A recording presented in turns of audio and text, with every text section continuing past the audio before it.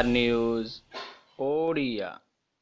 दीर्घ दिन पर पुरी रे जमिलाणी पर्यटकों भिड़ 6 मास पर जनगहली दिशिला पुरी समुद्र कूल। नमस्कार, आपण माने देखुछन्ती टीआर न्यूज ओडिया।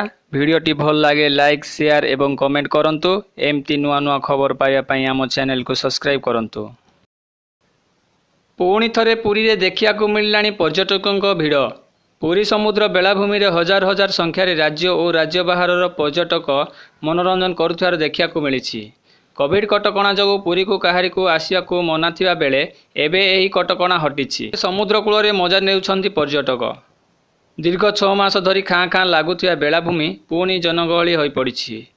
अन्यपटे पर्यटक आसिबा परे व्यवसायी माने निज बेपार को नहीं अधिक आशावादी होई पड़िछन्ति। एणिकी 2 पैसा रोजगार हेबो बोली सेमाने आशा रखिछन्ति। तेबे सुरक्षा दृष्टि प्रशासन पक्षर पुलिस मुतयन होइछन्ति।